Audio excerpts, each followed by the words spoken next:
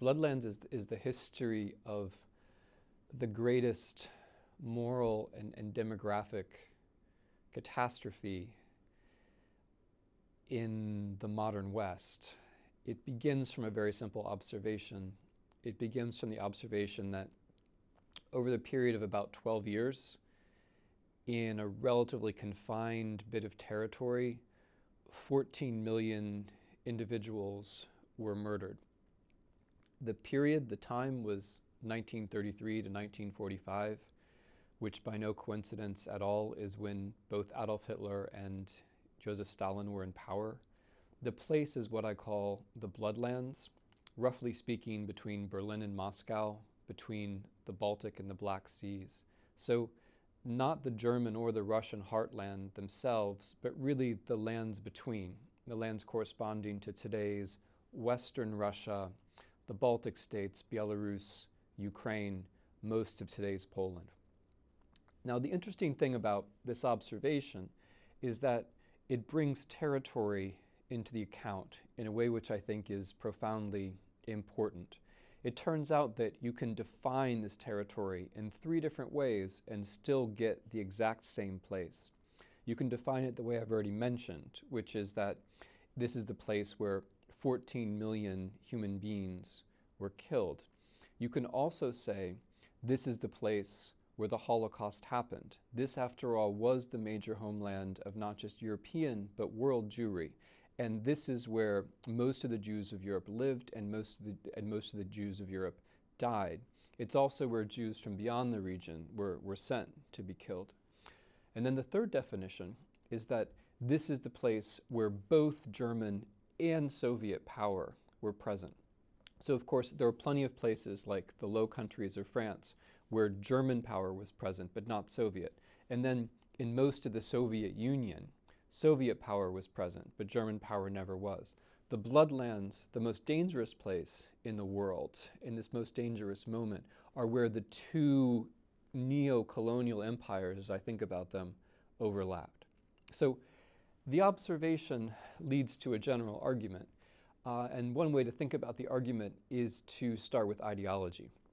If we ask ourselves, why did these regimes kill? Why were they so murderous? I think most of us would give some form of an answer that had to do with ideology. It had to do with what National Socialism was. It had to do with what Stalinism was. And this is true enough, but I think the historian's job is to try to locate the ideology in the time and place, to try to show how ideas could have such power. Because after all, these ideas are present in various forms in all sorts of places and all sorts of times. So why exactly here? Why exactly at this particular moment?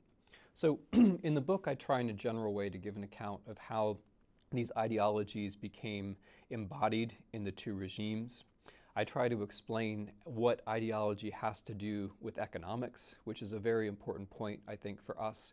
We tend to think of ideology as just ideas floating around, but ideology only works when it can promise some kind of economic gain. It only works when it offers some kind of vision of a great economic transformation in the future, which both Stalinism and National Socialism did in their very different ways.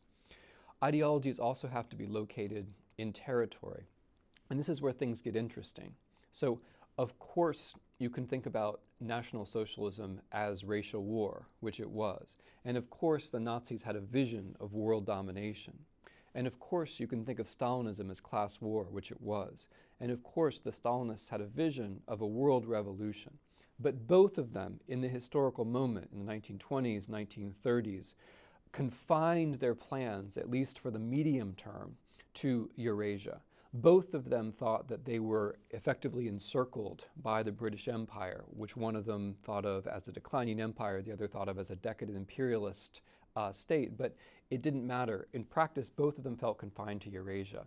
And both of them, for different reasons, were obsessed in particular with the territory in Eurasia which was fertile, which could provide food supply. Hitler's vision was of a great Eastern empire in which the Jews would somehow be eliminated, the Germans would master the inferior Slavic Untermenschen, and the German race would be restored to itself by farming the land, and Germany would become self-sufficient in food. It's hard to overstate how important food was at the time and place. Germany, which was probably the most developed country in the world, was not self-sufficient in food. For the Soviets, on the other hand, fertile land was important, agriculture was important because they needed an agricultural surplus to finance the industrialization of their own country. So the vision was in some sense the opposite of the Nazi vision. Germany is an industrial country which needs to become, in Hitler's point of view, an Eastern agrarian empire.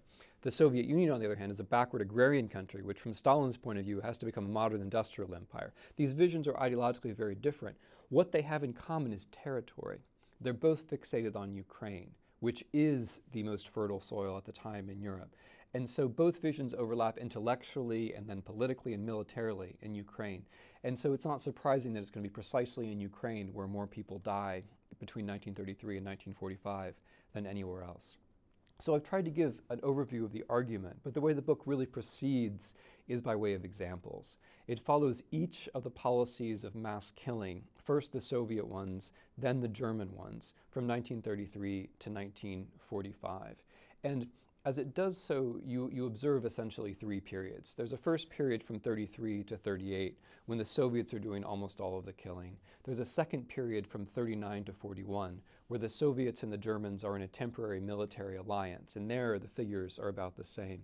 And then there's a final period where the Germans are doing almost all of the killing. So the book proceeds through the deliberate famine in Soviet Ukraine, the Great Terror in the Soviet Union, with its mass shootings of peasants and its mass shootings of ethnic groups. The moment of alliance is chapter 4, a very important chapter because that's not only when Soviet power comes west and German power goes east to meet it, it's also the moment when the two regimes together destroy several independent states between them. And the elimination of statehood is one of the preconditions for the horrors that follow. The next chapter deals with the German invasion of the Soviet Union, and in it and in the chapters that follow, I try to show how the general German aim of eliminating Jews became the practical German policy of killing all Jews under their control. Meanwhile, some other German aims, such as starving tens of millions of Slavs, had to be modified and scaled down as the war didn't go as they expect. But they still starved to death around 4 million citizens of the Soviet Union, which is a terrifying crime. Other chapters of the book concern German policies of reprisals and the ethnic cleansing that brought the war to an end, and finally, Stalinist anti-Semitism. So the book has a long prehistory. Anyone who grew up in the United States, as I did in the 1980s, will have some sense of what the Holocaust was. It was, after all, in the 1980s when the idea of the Holocaust was finally crystallizing and education about the Holocaust was spreading through American schools. Also, anyone who grew up in the 1980s in the United States will have had some sense of Soviet terror because this was, after all, still the Cold War. So even before my serious education in history began, I had these categories to work with, as I think everyone in my generation really does. Then I had a bit of generational luck. I was in university at Brown at the time of the Solidarity Revolution of 1989, the collapse of the Berlin Wall, the end of communism in Eastern Europe, and then the end of communism in the Soviet Union. And I was able then to take an interest and study seriously East European history, which seemed fresh and seemed new and seemed to offer all sorts of opportunities for thinking and for research. And I was right about that. And I was also fortunate enough to be able to study in Europe from 1991 through 1995. So I was free to make friends, patient friends who helped me with languages, to move from country to country, move from archive to archive, and begin to write various kinds of East European national histories, always critical in one way or another. Now, what happened as I became an East European history, as I made these travels, as I made these friends, as I learned these languages, as I tried to bring the national histories together or examine them critically one by one, I came to understand that there was a big subject right in the middle of my field which couldn't be encompassed by national history, no matter how critical that national history was. I came to understand that these large general categories, Holocaust, Soviet terror, that these things had a geography. and that the geography was precisely the same region that I was learning about and cared about so much and found so interesting, namely Eastern Europe. In other words, right in the middle of Belarusian or Russian or Polish or Lithuanian history was the Holocaust. Right in the middle of Russian and Belarusian and Ukrainian and Jewish history also was Soviet terror. Almost all of the German killing happened in Eastern Europe, not in Germany itself, in the territories that I call the Bloodlands. And a disproportionate amount of the Soviet killing happened in the Soviet West, which is also part of the Bloodlands. So these abstract categories, this general knowledge of the terror at the center of European history, took on for me a much more concrete shape as I came to understand the region and the people who lived in it. And so I came to feel an obligation to write an East European history of the horrors of the 20th century, one which would preserve and deepen the distinctiveness of the Holocaust by rooting it in European history, but one which would give a firmer and I think more durable contour to the Holocaust and associated events. So naturally, learning the languages was part of the process. Thinking in archives was part of the process. Some of this is based upon my own archival work, but I owe a tremendous debt to all of the wonderful specialists in the various tragedies that I write about, and perhaps a special debt to people of my own generation who have done very much what I have done, that is, gone to archives, learned languages, and really, I think, revived and transformed the history of the Holocaust by moving it into Eastern Europe, the history of the Soviet Union by bringing to bear huge amounts of archival detail. I owe a tremendous debt to those friends and colleagues of my own generation, as well as to historians of an older generation. The writing itself was very carefully organized. This is the one book I've ever written where I actually knew what was going to be in each chapter before I started. Usually I set out to write one thing and I end up writing something entirely different as I move through. In this case, I knew what had to be said. I knew that I understood the totality of the catastrophe, and I knew which of the episodes had to be described and more or less how before I started. So there was a long process of thought. And then a fairly long process of reading the enormous literatures that are at play here and doing some of my own research. And then a fairly compact period, a fairly intense period of writing at the very end.